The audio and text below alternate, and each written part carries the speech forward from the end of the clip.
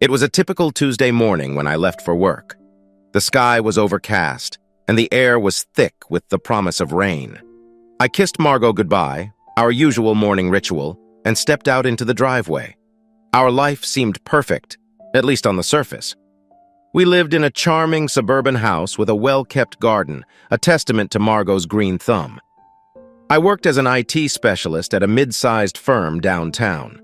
I enjoyed my job, though it often kept me late at the office. Margot, on the other hand, was an artist. Her paintings adorned the walls of our home, vibrant splashes of color that told stories of her creativity and passion. We had been married for 10 years, and while the spark of newlywed life had dimmed, our bond felt strong and unbreakable. As I navigated through the morning traffic, I thought about the upcoming weekend. We had planned a small getaway to the countryside, a much-needed escape from the routine of daily life. I smiled at the thought of Margot's excitement. She had always loved the idea of spontaneous trips and adventures. Meanwhile, back at home, Margot was sipping her morning coffee, staring at a blank canvas. Inspiration had been eluding her for weeks, and it was starting to get frustrating. She looked out the window at the gray sky, hoping for some divine spark to ignite her creativity. The doorbell rang, jolting her out of her thoughts. She wasn't expecting anyone. Opening the door, she found our neighbor, Mrs. Henderson, standing there with a warm smile. "Good morning, Margot. I was wondering if you had any spare basil. Mine didn't do too well this season," she said, holding out a basket. Margot welcomed the interruption and invited Mrs. Henderson in. They chatted for a while, exchanging gardening tips and neighborhood gossip. It was a pleasant distraction, but soon Mrs. Henderson left, and Margot was alone with her thoughts again. Deciding to take a break from the elusive canvas, Margot grabbed her phone and scrolled through social media. She saw a post from an old friend, Ethan, who had recently moved back to the city. They had been close during college, sharing a love for art and late-night philosophical discussions. Feeling nostalgic, Margot sent him a quick message, suggesting they catch up over coffee sometime. To her surprise, Ethan replied almost immediately. They made plans to meet later that week. The thought of reconnecting with an old friend brought a smile to her face, and for the first time in days, she felt a flicker of inspiration. As the day went on, my thoughts kept drifting back to Margot.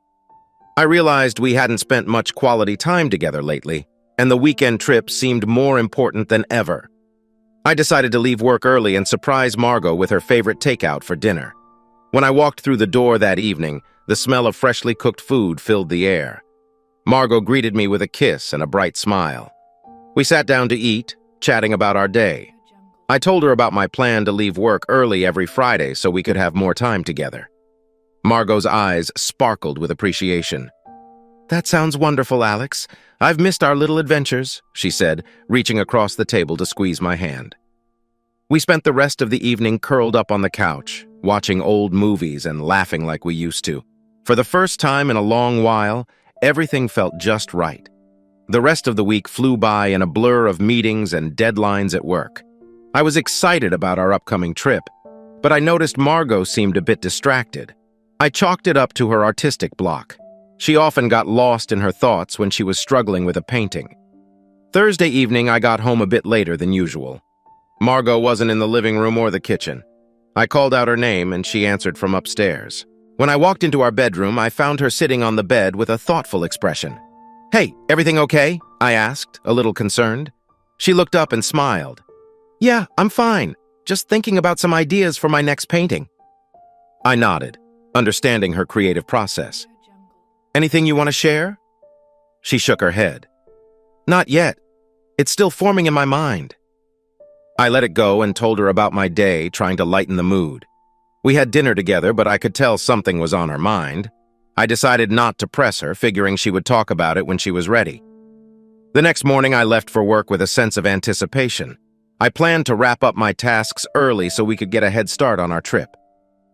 Around noon, I received a text from Margot saying she was meeting an old friend for lunch. I remembered her mentioning Ethan and figured it was him. "Enjoy your lunch. See you soon," I texted back, smiling at the thought of her catching up with an old friend. Work was hectic, but I managed to finish everything by mid-afternoon. I was just about to shut down my computer when my phone buzzed. It was a picture message from Margot. A selfie of her and Ethan at a cozy little cafe downtown. They both looked happy, and it made me feel good to see her smiling. I packed up my things and headed home, eager to start our weekend. When I walked through the door, Margot was already waiting for me, her bag packed and a big smile on her face. We loaded our bags into the car and set off for the countryside. The drive was beautiful, with rolling hills and lush green fields stretching out as far as the eye could see. We talked about everything and nothing, just enjoying each other's company. By the time we arrived at the cozy bed and breakfast where we were staying, the sun was beginning to set. The place was charming, with a rustic feel and a stunning view of the surrounding landscape. We checked in and decided to take a walk before dinner. As we strolled hand in hand, Margot seemed more relaxed than she had in weeks. We found a quiet spot overlooking a small lake and sat down to watch the sunset. It was one of those perfect moments that felt like it could last forever. "I'm really glad we did this," Margot said softly, leaning her head on my shoulder. For the first time in a while, I felt a sense of peace. Whatever had been bothering Margot seemed to have lifted, and I was hopeful that this trip would be a turning point for us. Little did I know things were about to take an unexpected turn. The next morning, I woke up to the smell of freshly brewed coffee. Margot had already been up for a while, and she had prepared a small breakfast for us. She looked radiant, a stark contrast to the stress she had been carrying lately. "Good morning, sleepyhead," she teased as I walked into the kitchen area of our room. We ate breakfast together, planning our day of exploration. There were hiking trails nearby, and we both loved the idea of spending the day in nature. Margot seemed genuinely excited, and it made me happy to see her so enthusiastic. As we hiked through the forest, the crisp morning air filled our lungs, and the sound of birds chirping surrounded us. We talked about everything, our future plans, her latest ideas for paintings, and even reminisced about the early days of our relationship. After a while, we found a secluded spot by a stream and decided to take a break. Margot took out her sketchbook, her eyes sparkling with inspiration. "Mind if I draw you?" she asked, a playful smile on her lips. "Not at all," I said, leaning back against a tree and watching her as she worked. As she sketched, I couldn't help but feel a deep sense of contentment. This was what I had been missing, these quiet, intimate moments that reminded me of why I fell in love with her in the first place. Later, we continued our hike and eventually made our way back to the bed and breakfast. We had dinner at a quaint little restaurant in town where we enjoyed delicious food and each other's company. It felt like we had reconnected in a way that we hadn't in a long time. That night, as we lay in bed, Margot curled up next to me. "Thank you for this weekend, Alex. I really needed it," she whispered. The next morning, we reluctantly packed our bags and prepared to head back home. The weekend had been perfect, and I wanted to hold on to the feeling as long as possible. On our drive back, Margot's phone buzzed with a message. She glanced at it quickly and then put it back in her bag. I didn't think much of it at the time, but I noticed a slight change in her demeanor. She seemed a bit more distracted. "Everything okay?" I asked, trying to keep my tone light. "Yeah, just a message from Ethan. He wanted to know how our trip was," she said, smiling. "That's nice of him," I replied, but a small seed of doubt had been planted. As the days went by, I couldn't shake the feeling that something was off. Margot was back to being distant, and I found myself wondering if there was more to her friendship with Ethan than she was letting on.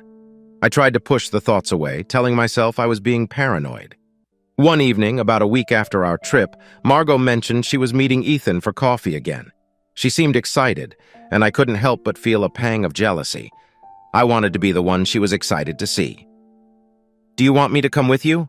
I asked, trying to sound casual. "No, it's okay.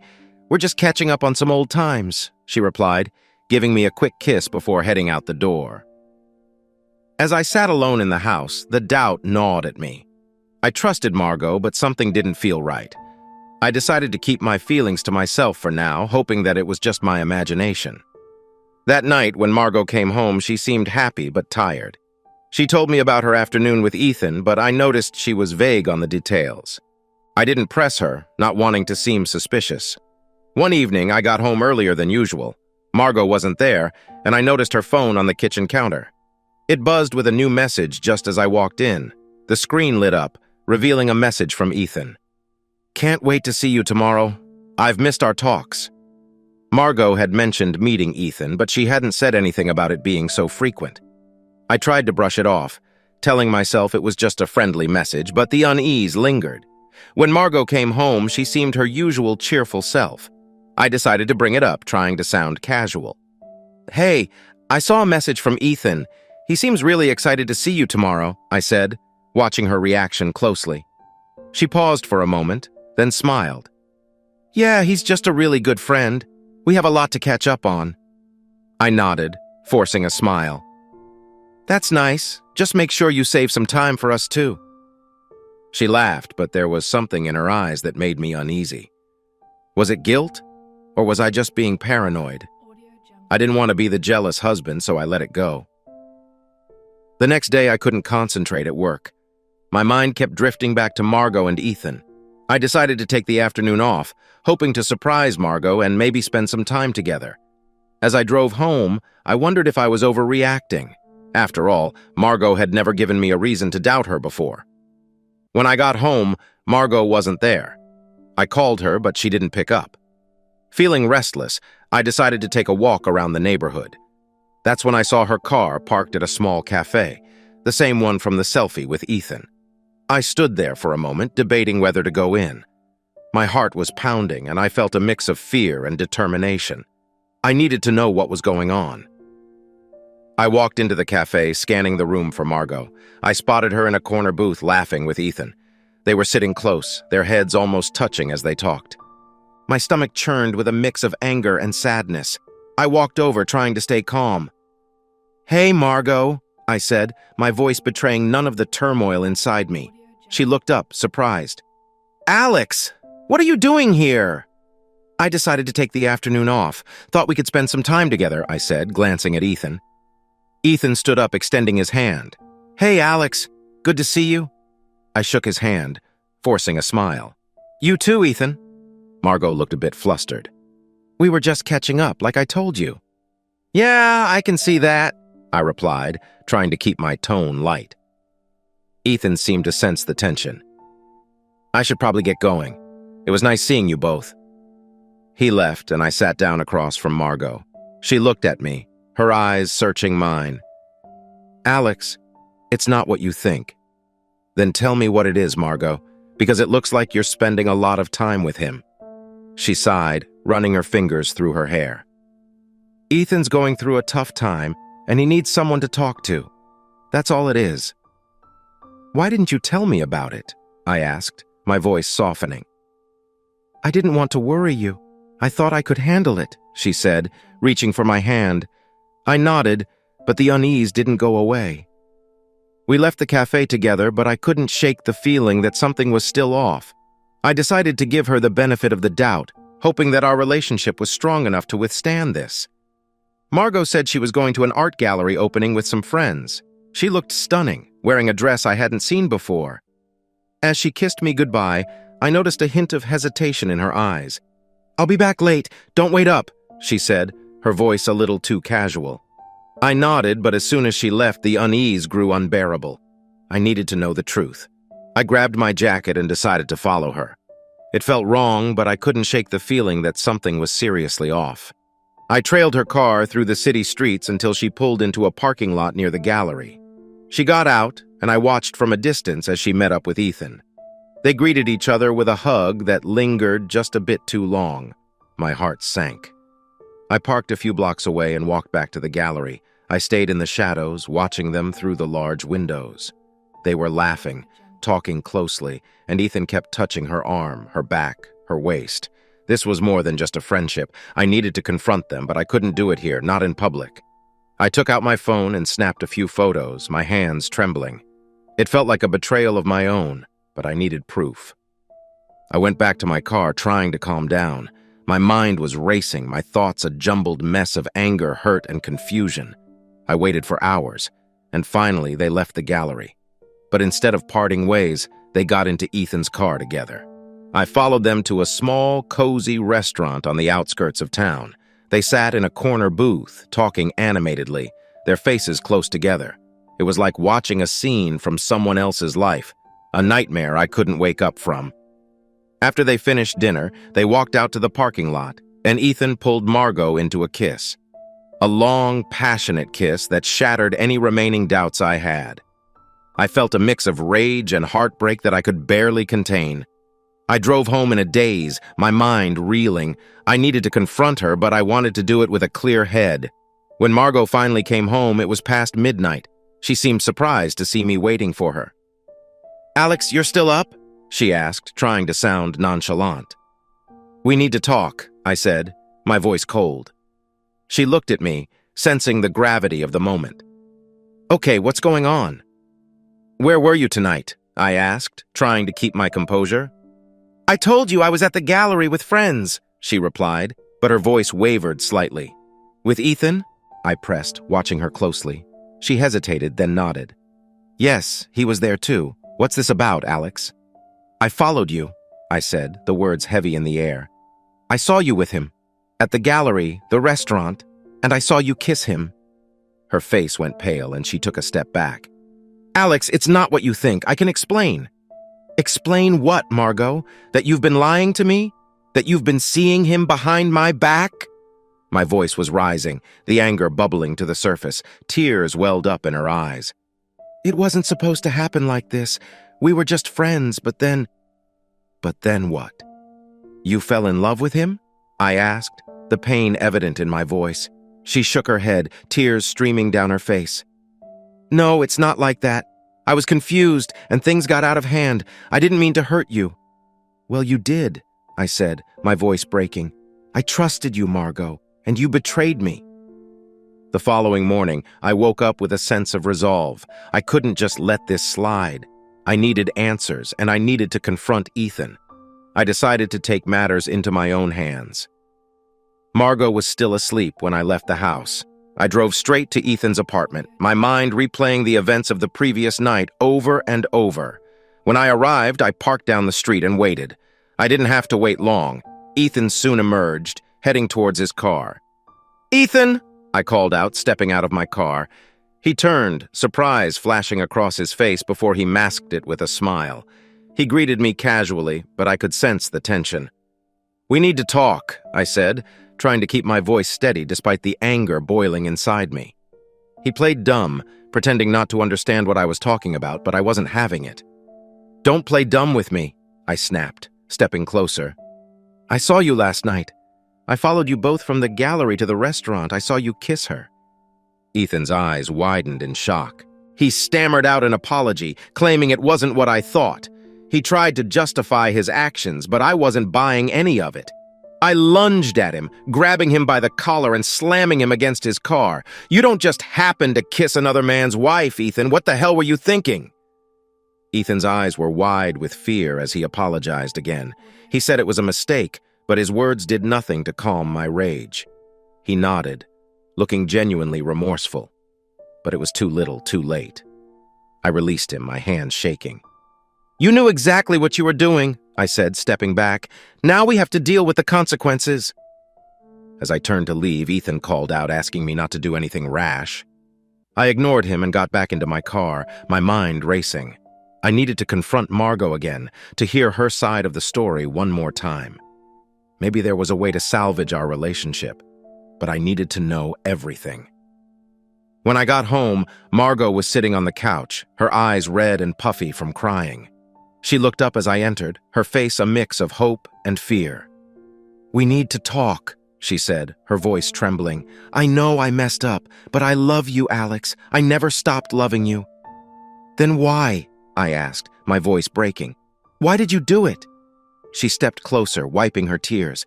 "I was confused. Ethan was there for me when I felt lost. But it was a mistake. I know that now. I'll do anything to make it right," she pleaded. "I'll cut off all contact with Ethan. I'll go to therapy. Just please don't leave me." I took a deep breath, trying to steady my emotions. "This isn't something we can fix overnight, Margot. Trust has been broken." "I know," she said, her voice small, "but I'm willing to do whatever it takes." I looked at her, seeing the pain and regret in her eyes. Part of me wanted to believe her, to give her another chance, but another part of me was still too hurt, too angry. She nodded, tears streaming down her face. "Thank you, Alex. I promise I won't let you down." As we stood there, the weight of the situation pressing down on us, I knew this was just the beginning. The road ahead would be long and difficult, but for now we were both willing to take the first step. She told me she needed to talk, her voice barely above a whisper. I sat down beside her, my heart pounding in my chest. I couldn't imagine what else she had to say that could make things worse. She took a deep breath and said she was pregnant. The words hung in the air, heavy and suffocating. I felt a mix of shock, confusion, and a flicker of hope. But the hope was quickly overshadowed by a gnawing fear. My mind raced, trying to process the news. I asked her how far along she was, my voice sounding distant and strange. She said she wasn't sure yet, but she had made an appointment with her doctor to confirm everything. I couldn't help but wonder if the baby was mine or Ethan's. The thought made me feel sick. Margot started crying, apologizing over and over. She said she didn't know how it happened, that she never meant for any of this to happen. I sat there numb, trying to find the right words. I told her we needed to get a paternity test once the baby was born. It was the only way to know for sure. We agreed to put our plans on hold until we had more information. Margot's doctor confirmed the pregnancy, and we scheduled the paternity test for as soon as it was safe to do so. I tried to focus on work, but my mind was constantly drifting back to Margot and the baby. I couldn't escape the nagging doubts and fears that plagued me. Every time I looked at her, I saw the possibility of betrayal and the uncertainty of our future. Therapy sessions became even more intense. We talked about trust, forgiveness, and the baby. Margot seemed determined to make things right, but I couldn't shake the feeling that our relationship was on borrowed time. Margot and I sat in silence at the dinner table. I looked at her, trying to see the woman I had fallen in love with, but all I saw were the cracks in our relationship. I told her I needed some time to think, to process everything that had happened. She nodded, tears in her eyes, and said she understood. I spent the night driving around trying to clear my head. I thought about the baby, about the possibility of it being mine and what that would mean for us. I thought about Ethan and the betrayal that had torn us apart. When I finally returned home, Margot was waiting for me. She looked exhausted, but there was a glimmer of hope in her eyes. I told her we needed to take things one step at a time. We agreed to focus on the pregnancy and the paternity test, and then we would figure out the rest. The weeks dragged on, filled with uncertainty and tension. Margot's belly grew, and with it, the looming question of the baby's paternity. We continued with therapy, trying to rebuild some semblance of trust, but it was a slow and painful process. Finally, the day of the paternity test arrived. We went to the clinic together, both of us silent and tense. The test was quick, but the waiting was agonizing. We held our breaths, waiting for the results that would determine the future of our relationship. When the results came in, I felt a wave of relief wash over me. The baby was mine. Margot cried tears of joy and relief, and for the first time in months, I felt a glimmer of hope. We had a long road ahead of us, but at least we had a chance. As we left the clinic, I held Margot's hand, feeling a tentative connection between us. We weren't out of the woods yet, but we had taken the first step. The baby gave us a reason to try, a reason to fight for our future. But the relief was tempered by the unresolved issue of Ethan. I hadn't seen or heard from him since our confrontation, and I couldn't shake the feeling that he was lurking in the shadows, waiting to disrupt our fragile peace. I decided to find out what had happened to Ethan. I needed closure, and I needed to ensure that he wouldn't interfere with Margot and me trying to rebuild our lives. I started by reaching out to mutual friends, casually inquiring about Ethan's whereabouts.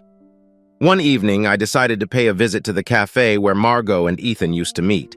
The owner recognized me and seemed hesitant to talk, but I managed to get him to open up. He told me Ethan had stopped coming by shortly after our encounter. He had heard rumors that Ethan had left town, but nothing concrete. I felt a mix of relief and unease. Ethan's absence was a good sign, but the lack of closure gnawed at me. I needed to know for sure that he was gone for good. I decided to visit his apartment again, hoping to find some answers. When I arrived, the place looked deserted. I knocked on the door, but there was no answer. I spoke with a neighbor who confirmed that Ethan had moved out a few weeks ago. He hadn't said where he was going, just that he needed a fresh start. The neighbor handed me a crumpled piece of paper he found in the hallway with Ethan's handwriting. It was a letter, addressed to Margot. Back in my car, I unfolded the letter and began to read. Margot, I'm sorry for everything that has happened. I never meant to cause so much pain and confusion. Leaving is the hardest decision I've ever made, but it's the only way to make things right. I hope one day you can forgive me and find happiness with Alex and your child. I wish you all the best. Ethan. The letter was brief, but it confirmed that Ethan had left for good. As I sat there, I felt a mixture of relief and anger. Part of me wanted to confront him one last time, to make him understand the damage he had done. But another part of me knew it was better this way. I showed the letter to Margot when I got home. She read it silently, tears streaming down her face. She said she was relieved he was gone, but there was also a deep sadness. Despite everything, they had been friends once, and the loss of that friendship was another wound that needed healing. With Ethan out of the picture, Margot and I focused on rebuilding our lives. Therapy sessions became more productive, and we started to find ways to reconnect. We talked about the future, about raising our child and what kind of life we wanted to create. The process was slow and painful, but we were making progress. One day, as we were preparing the nursery, Margot turned to me and said she felt hopeful for the first time in a long while. She thanked me for giving her another chance, for believing in the possibility of a future together. Simple enough, but it felt symbolic. A small act of building something new and hopeful amid the wreckage of what had been. Margot stood back to admire the crib, a sense of calm and satisfaction on her face. I wrapped an arm around her shoulders, feeling a sense of accomplishment and shared purpose. As Margot's belly grew, so did our bond. We began to find our rhythm again, sharing moments of tenderness and laughter that reminded me of why I had fallen in love with her in the first place. One night, as we lay in bed, Margot took my hand and placed it on her belly. I felt a tiny kick, and a wave of emotion washed over me. It was a moment of pure, unfiltered joy, something we hadn't felt in a long time. The baby's movement was a tangible reminder of the life we were creating together. Margot's pregnancy continued smoothly, and the impending arrival of our baby brought us closer together. We attended prenatal classes, decorated the nursery, and read countless baby books. As the due date approached, our anticipation grew. The nursery, once just a room, transformed into a cozy, welcoming space filled with tiny clothes, soft blankets, and colorful toys. It was a testament to our commitment to moving forward and creating a loving environment for our child. The months passed, and with each passing day, the scars of the past began to fade. The baby's imminent arrival became the focal point of our lives, overshadowing the pain and betrayal that had once threatened to tear us apart. The day finally came when Margot went into labor. It was a crisp morning, the kind that hinted at the changing seasons. We rushed to the hospital, excitement and nerves tangling in my chest. Margot was a picture of both strength and vulnerability, gripping my hand through each contraction. The hours seemed to stretch and compress all at once. Time became a blur of hospital corridors, muted lighting, and the rhythmic beeping of monitors. Margot's face was a mask of concentration and determination, her breaths coming in measured waves. I stayed by her side, whispering words of encouragement and holding her hand, feeling helpless but wanting to be her anchor. Finally, after what felt like an eternity, the cries of our newborn filled the room. A surge of emotion swept through me, relief, joy, love, and a profound sense of awe. The nurse placed our baby in Margot's arms, and I saw tears streaming down her face, mingling with her sweat and exhaustion. I looked down at our child, a tiny, perfect being swaddled in a blanket. Margot and I shared a look, a silent acknowledgement of everything we had endured to reach this moment. Our baby was here, a symbol of our resilience and a new chapter in our lives. We spent the next few days in a haze of sleepless nights and tender moments, learning to care for our little one. The world outside the hospital room seemed to shrink, our focus entirely on this new life we had brought into the world. I found myself marveling at the smallest details, the way our baby's fingers curled around mine, the soft sounds of sleep, the peaceful expression on Margot's face as she held our child close. Returning home with our baby was surreal. The nursery, once a project and a symbol of hope, was now filled with the soft sounds of a sleeping infant. Margot and I settled into a new routine, one that revolved around feedings, diaper changes, and stolen moments of rest. Despite the exhaustion, there was an underlying joy that permeated everything. We were a family, bound by love and the shared responsibility of nurturing this new life. Margot and I continued our therapy, but the focus shifted from healing the past to building a future together. One evening, as I rocked our baby to sleep, I reflected on the journey that had brought us here. The pain and betrayal, the doubts and fears, all seemed distant compared to the overwhelming love I felt for my family. Margot joined me, her head resting on my shoulder, and we watched our child sleep, finding comfort in the quiet moments of togetherness. The road ahead was still uncertain, and I knew there would be challenges. But as I held my child and felt Margot's presence beside me, I realized we had already overcome so much. We had faced our darkest moments and come out stronger, bound by a love that had been tested and endured. The arrival of our baby had brought us full circle, reminding us of the power of love and the importance of forgiveness. It wasn't a perfect ending, but it was a new beginning, one that we embraced with open hearts and a shared commitment to each other and our child.